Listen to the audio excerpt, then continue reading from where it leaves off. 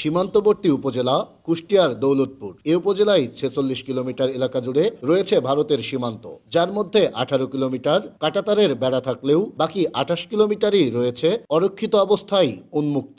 আর এই উন্মুক্ত সীমান্ত দিয়ে প্রতিদিনই ভারত থেকে দেশে ঢুকছে ফেন্সিডিল, ইয়াবা, হেরোইন, গাঁজা সহ কোটি কোটি টাকার মাদক, যা বিভিন্ন মাধ্যমে ছড়িয়ে পড়ছে জেলা সহ দেশের বিভিন্ন প্রান্তে। রাত্রে অনেক হাজার হাজার মাল আসে, এটা আমরা আনি, আমাদেরকে কিছু টাকা দেয়, ৫-৬ হাজার ৭ হাজার টাকা দেয়, এটা আমরা আইনি মহাজনকে আমরা পুষাই দিই।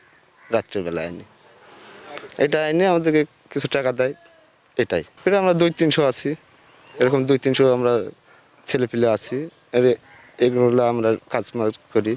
মনে করেন আমরা হলো জলঙ্গি কাছারিপাড়ার মাঝামাঝিতে এই কাজটা করি।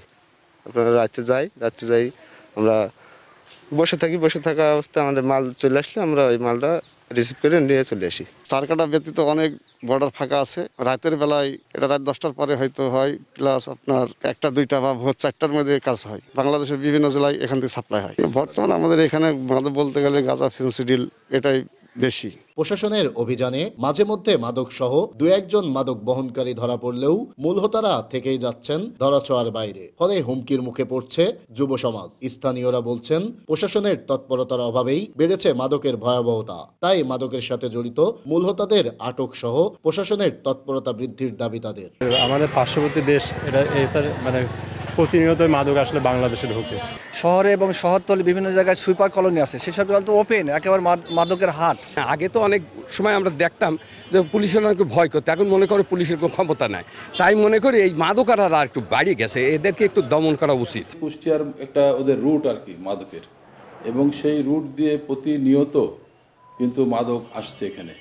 কিন্তু সেখানে দেখা যাচ্ছে যে ২-৪ জন হয়তো মাদকের ক্যারিয়ার ধরা পড়তেছে, কিন্তু মূল হোতা যারা সেগুলো ধরাছোঁয়ার বাইরে থেকে যাচ্ছে। আইন শৃঙ্খলা বাহিনী নিষ্ক্রিয় হতে শুধুমাত্র বিজিবির উপরে নির্ভর করে এটাকে কোনোভাবে নিয়ন্ত্রণ করা সম্ভব নয়। আর এ বিষয়ে কথা বলতে রাজি নয় পুলিশ। তবে জেলা প্রশাসক বলছে, মাদক নিয়ন্ত্রণে কাজ করছেন তারা।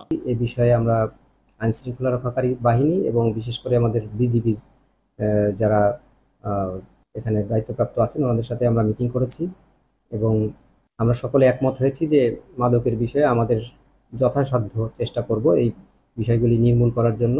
ভারত থেকে দৌলতপুর সীমান্ত দিয়ে প্রতিদিনই দেশে ঢুকছে কোটি কোটি টাকার মাদক, যার সামান্য কিছু অংশ প্রশাসনের হাতে ধরা পড়লেও বেশিরভাগই ছড়িয়ে পড়ছে দেশের বিভিন্ন প্রান্তে। ফলে বাড়ছে মাদকের ভয়াবহতা, এমনটি মনে করেন সচেতন নাগরিকরা। নাহিদ হাসান তিতাস, দেশ টিভি, কুষ্টিয়া।